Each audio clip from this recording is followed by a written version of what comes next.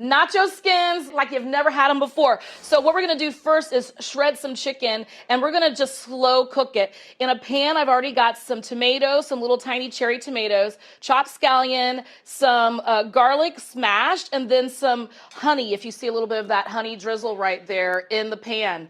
Now, over the top of that, I'm gonna put some seasoned chicken. And listen, if you don't have an oven, and I've got mine at 224 that you can spare, maybe you're doing a whole lot of game day cooking, you can also just put this in the slow cooker. So in my bowl here with some red chili flake, some cayenne, some thyme, I'm gonna add to that some garlic powder. I'm gonna add in some Hungarian paprika, which is just really spicy paprika. Some garlic powder to the onion powder. Nice pinch of salt, because we've got some chicken we wanna season up. And then some good old black pepper. Gotcha. Now, I'm gonna just stir it up, put it on top of my chicken thighs, bone in. This is another thing I love about having this stand is I chose recipes that are gonna be out there, right? So I think a lot of times people go to a place and they try to do the copycat recipe. No need, just Google it and just get on Rachael Ray's website and you can eat just like you're at the stadium. So just right over the tomatoes, in this pan that has the tomatoes, the scallions, the garlic, and the honey, and then just kind of shake over the rest of that. So smart. You're making so the easy. salsa and the chicken, the protein and the salsa at the same time. It's so brilliant. Yep, and then right in that pan, since we're gonna do like a slow cook of this, like I said, you can put this in your slow cooker on low or high. I've got the oven at 225. Gonna add in some chicken stock and then just cover it up with some foil. Jenny makes an important point, guys, that I've tried to make for years. She makes it better. Your oven is a slow cooker. It is. So that's gonna rock in the oven for like an hour. You're gonna take it out, pull the aluminum foil off, and let it rock for about 30 more minutes. You're gonna shred it and all that good stuff. And then the potato part is I've just got some potatoes that you get in the produce section that you microwave, okay? Because I'm lazy at times. Oh, how smart. Your little earpiece fell out. You speed that up. You do. Listen, there's so many things in the grocery store right now that are gonna help us get dinner on the table without stressing. And you're just gonna go ahead and get all of the flesh out.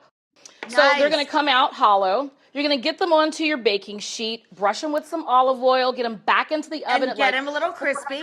Yeah, I've done this a million times. Yep. And then you're just gonna start filling it up. So I've got that chicken that we shredded. And this is where it becomes my own nacho skins. I feel like some of the things that are missing is like texture and creaminess. So we've got the shredded chicken, some black beans. Nice. And then I like to go in and then just on each of them, either on the tray, you can serve it like that. Oh, my little earpiece keeps falling out. So look, you're gonna fill these up.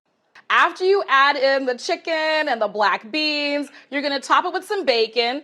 I'm gonna show you how I like to finish it off. Now, did you bake the bacon? Did you use any of the juices? Did you bake the bacon? No, just regular old crisp bacon in the pan. You can do it in the oven too at 350 for about 15 to 20 minutes. I like to add some cilantro over the top of the scallions and bacon. And then I love getting some pickled jalapenos into the game plan.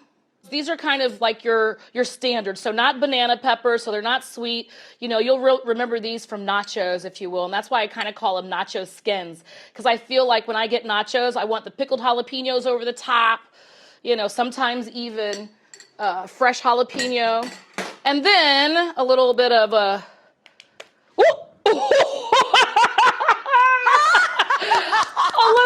a little bit of sour cream. There are many customers who love that. That's okay. And then you come in. What's that, son? What's that last sauce? With a little bit of nacho cheese sauce. This is a mild nacho cheese sauce, just so you know. And this is how you're going to get it. Now, I'm not going to serve the whole tray at the stadium.